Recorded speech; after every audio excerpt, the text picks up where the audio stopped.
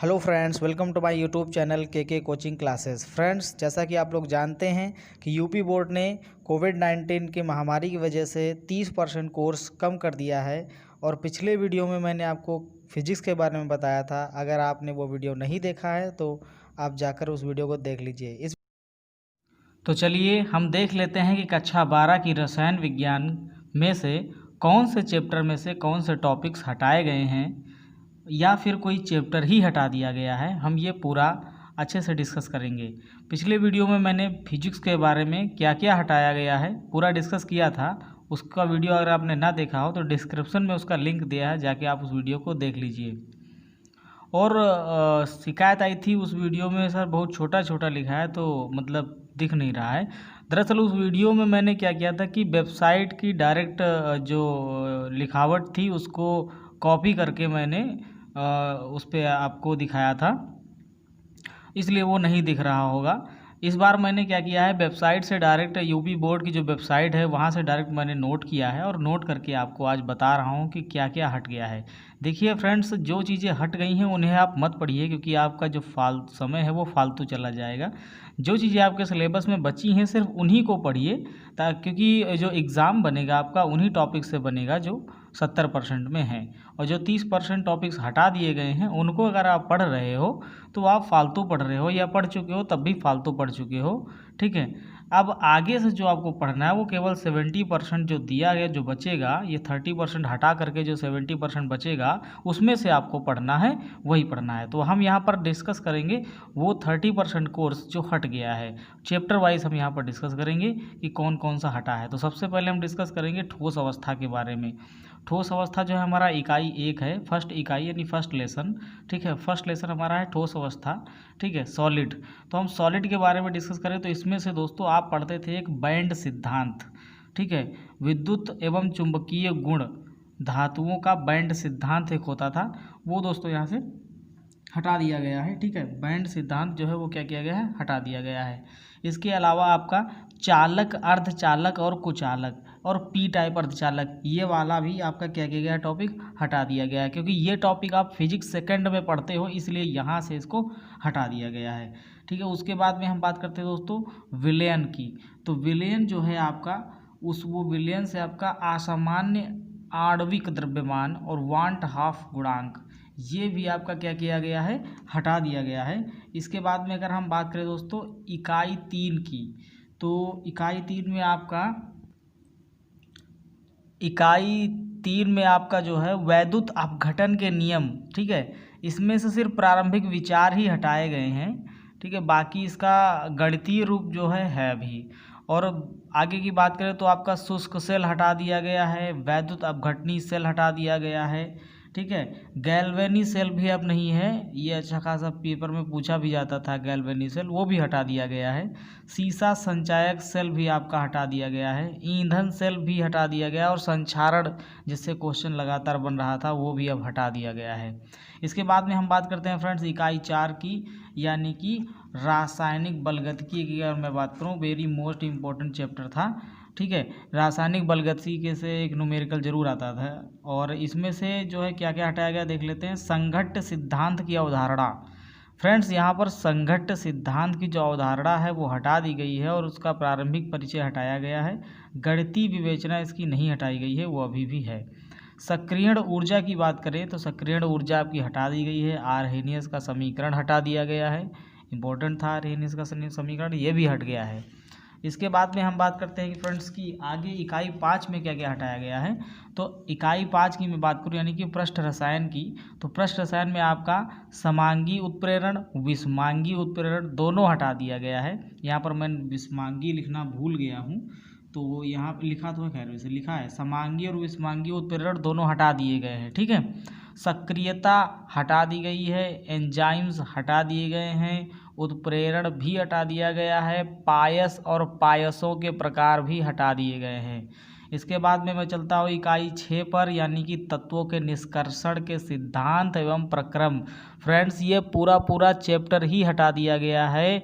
बहुत ही बड़ी खुशखबरी है आपके लिए कि ये अब चैप्टर सिलेबस में नहीं है।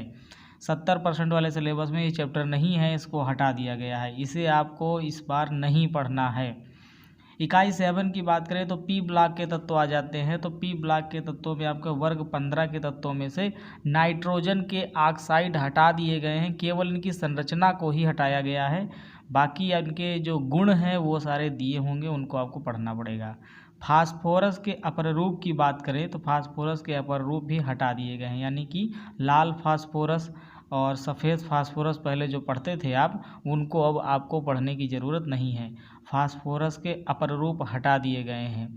फास्फोरस के यौगिक यानी कि फास्फीन गैस भी आपकी हटा दी गई है।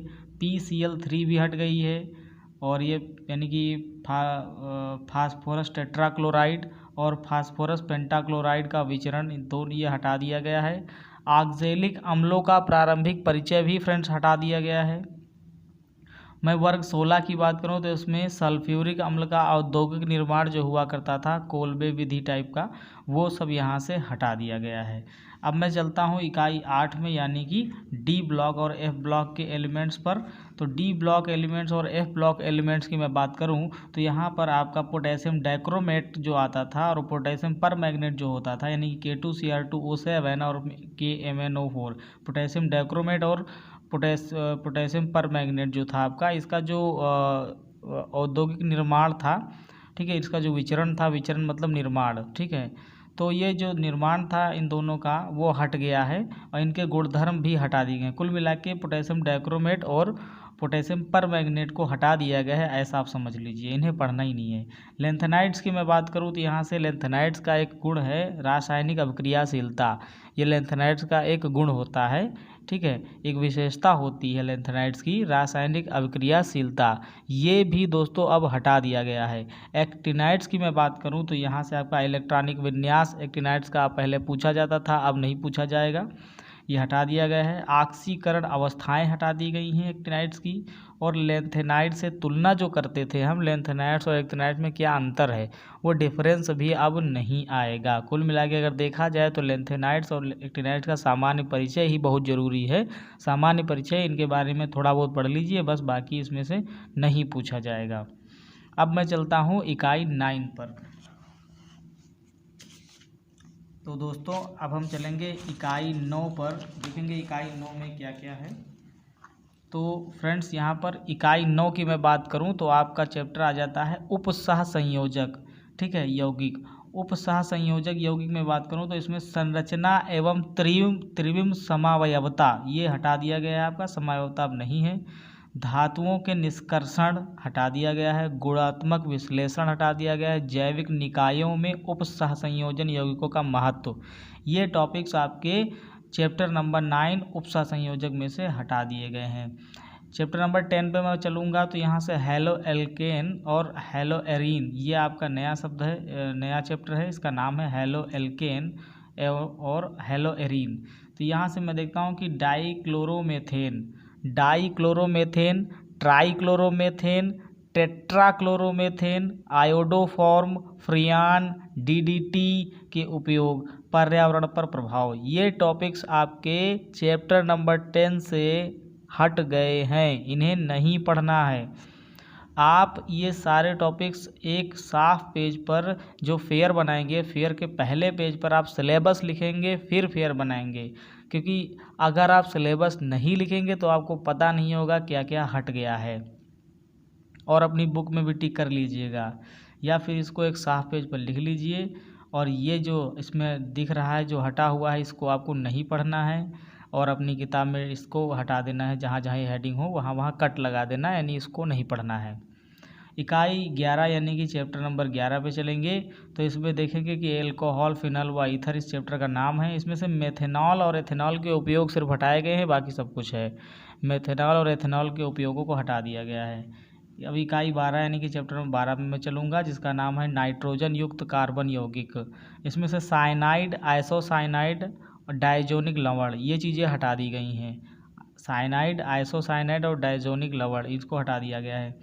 इकाई 13 पे मैं चलूँगा, यानी कि चैप्टर नंबर 13। तो यहाँ से चैप्टर का नाम है जैव अणु, और इसमें से आपका जो ओलिगोसैकेराइड्स होते हैं उनको हटा दिया गया है। Oligosaccharides means sucrose, lactose, maltose, इनको हटा दिया गया फ्रेंड्स। इनको हटा इसलिए दिया गया क्योंकि बायोलॉजी में भी आपको ये पढ़ने को मिल जाता है, इसलिए यहाँ से इसको हटाया गया।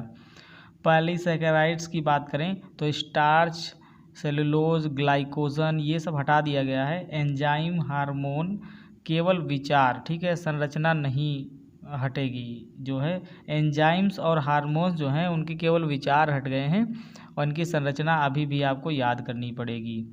विटामिन की वर्गीकरण व कार्य की बात करें तो विटामिन का वर्गीकरण और कार्य दोनों ही हट गया है। अब विटामिन्स आपके चैप्टर में नहीं है। इसके बाद में मैं बात करता हूँ चैप्टर नंबर 14 की, ठीक है, चैप्टर नंबर 14। तो इसमें से फ्रेंड्स बहुलक नाम है इस चैप्टर का और ये पूरा का पूरा अध्याय आपका क्या किया है, हट गया है। ठीक है, देख सकते हैं लिखा हुआ है, ये पूरा का पूरा अध्याय आपका क्या है, हट गया है। फ्रेंड्स ये जो मैं वीडियो बना रहा हूँ ये यूपी बोर्ड की वेबसाइट से नोट करके बना रहा हूँ, इसमें कोई भी फ्रेंड्स मिस्टेक नहीं है। आपके जो जो टॉपिक्स हट गए हैं वही टॉपिक्स हैं, आपको बिल्कुल रियल वीडियो मिल रहा है। और जो टॉपिक्स हटे हैं सिर्फ वही हैं, इसमें कोई भी झूठ या मतलब मैं अपनी तरफ से बना के नहीं डाल रहा हूँ। जो यूपी बोर्ड ने अपनी वेबसाइट पर दिया है मैं उसी को नोट करके आपको समझा रहा हूँ, क्योंकि पिछले वीडियो में साफ दिखाई नहीं दे रहा था, वो बहुत छोटा छोटा था।